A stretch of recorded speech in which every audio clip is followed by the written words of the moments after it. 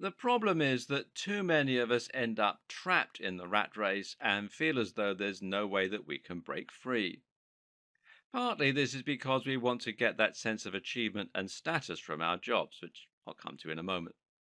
Moreover, though, it's because we think we need to live up to the money.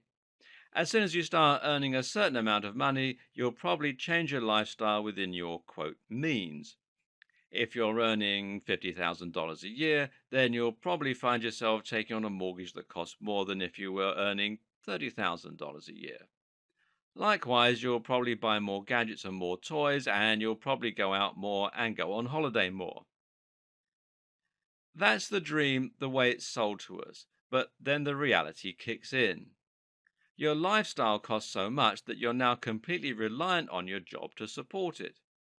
Therefore, you can't make the decision to work less or take a pay cut because then you'd end up in debt. If there were things you wanted but you couldn't afford, then you might already be in debt. Likewise, you're probably working so hard that you don't really have time to watch that new widescreen TV or play all those new computer games. And also, more important things like your health and your relationship with your family are falling by the wayside. So let's rewind for a moment and reassess. Why not buy a smaller house on that $50,000 salary? Let's say it has one less bedroom. It's a two bed instead of a three bed. You may not now be able to have that home gym, and you might have to move home if you ever have three kids. But you're now completely free from the stress that comes with earning only just enough to maintain your current lifestyle. That means you can spend more money on traveling and going on holiday. It means you can take on an easier job with less stress. And it means that you can visit friends, paint, write, read, exercise. Why don't more people make this decision? Of course, you might decide that all you care about is that home gym and you need three bedrooms. But in that case, you can probably find other areas to cut costs to focus on that one thing that is truly important to you. What most of us don't realize is that it is possible to get what we want right now. It's within your means. Let's say, for example, that you want to travel more and so you're trying to climb your career path to earn the money that you need to go traveling. Except that the more money you earn, the more responsibilities you take on, and the harder it is to take a career break. And the older you get, the more commitments you have elsewhere in your life. It's never a good time to travel. So, you know what? You should just do it now. And there are plenty of ways to do it cheaply thanks to budget airlines, Airbnb, and more. My recent trip to Switzerland, for example, cost me all of $50, or the equivalent in British pounds. I live in the UK, so an EasyJet flight cost me barely anything, and I was able to get it even cheaper because I'm fortunate enough to know a pilot. A return flight cost about $20, and we booked the accommodation one night with Airbnb. It was an incredible cabin on the side of a beautiful mountain in Siskikon.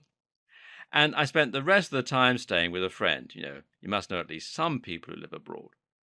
I worked on the Friday and the Monday and a little bit extra on the Saturday to earn back the cost of the journey. Even without working online, you can probably do something very similar. And there's plenty of exploring to do in your own country and nearby without needing to travel all the way to Asia or somewhere else that will cost more money. So you can have that traveling lifestyle without being a rich CEO. In fact, it's much easier. Likewise, you might dream of having the perfect idyllic house. But again, you don't need to be rich from your job to get there. Instead, why not just focus on making the very most out of a relatively modest sized property? And this can be more successful than you probably expect. For example, if you want your home to look a lot more beautiful, one of the best things you can do is to simply remove items of decorating. Now, I know this sounds counterintuitive, but when you reduce your clutter a lot, you'll find that it's much easier to keep tidy. What's more is that the average value of your belongings will go up. So throw out 50% of your decorative items and you'll be left with only the very best things that you couldn't part with, resulting in a much more beautiful looking home. Likewise, sometimes it takes just one stunning feature to make your home truly special and unique. How about saving all your money towards a spectacular water feature? Personally, I'm buying a smaller home than I would ideally choose, despite being able to afford more. But for approximately $20,000, I'll be adding an office pod to the garden. It's a stunning, modern 2.5 by 2.5 meter office that is made from renewable materials and has large double glazed windows looking outside. It's a stunning feature that will increase the value of the property and that I'll be able to work in while the rain hammers on the glass outside. The perfect home without being rich. And often, if you really think about your dreams, you might surprise yourself. My friend recently quit a high paying job building defensive weapons for a startup that sold to the military. Instead, he became a park ranger. Why? Because he loves exercise, loves being outside, and he's fascinated by bugs. Go figure.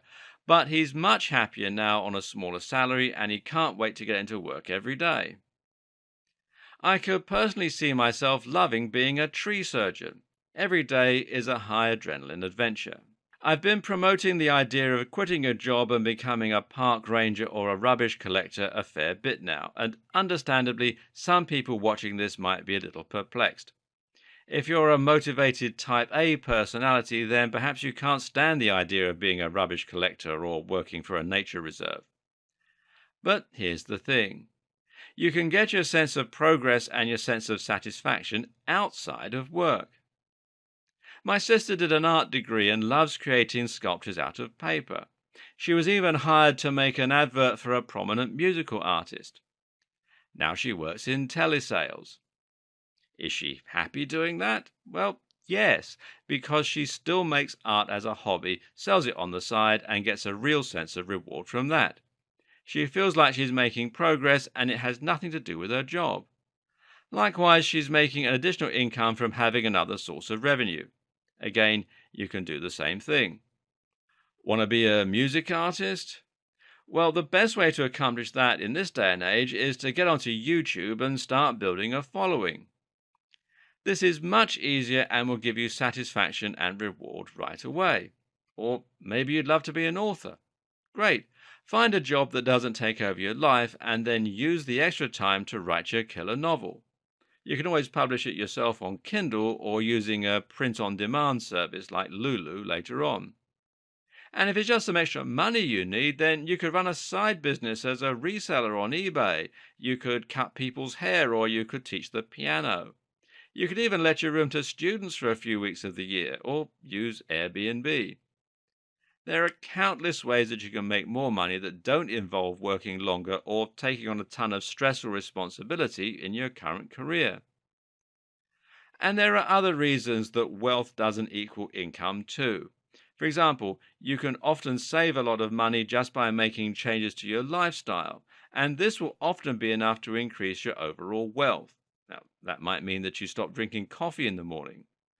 That's $3 5 days a week, which is $15 a week, which is $60 a month, which is $720 a year, aka a cheap staycation, right? But with some savvy budgeting, you can probably be much richer. But it's not about that. It's about first thinking what you want from life and then making the steps to get it. Oh, and actually, one of the easiest ways to become a lot wealthier is to move somewhere that's poorer. This is super simple if you work online. It means you can take your current salary somewhere where a house costs half the price and you'll get much more for your money. On what I make now, I'm struggling to get the house I want with my wife. But if I were to move to Lanzarote, I could buy a house in cash that would have 3 bedrooms, a pool, and a roof terrace. And I could spend my days saving up huge wads of cash, ready to return to the UK in 3 years' time to buy a mansion here. Now, that's not the right course for me, but it could be for you.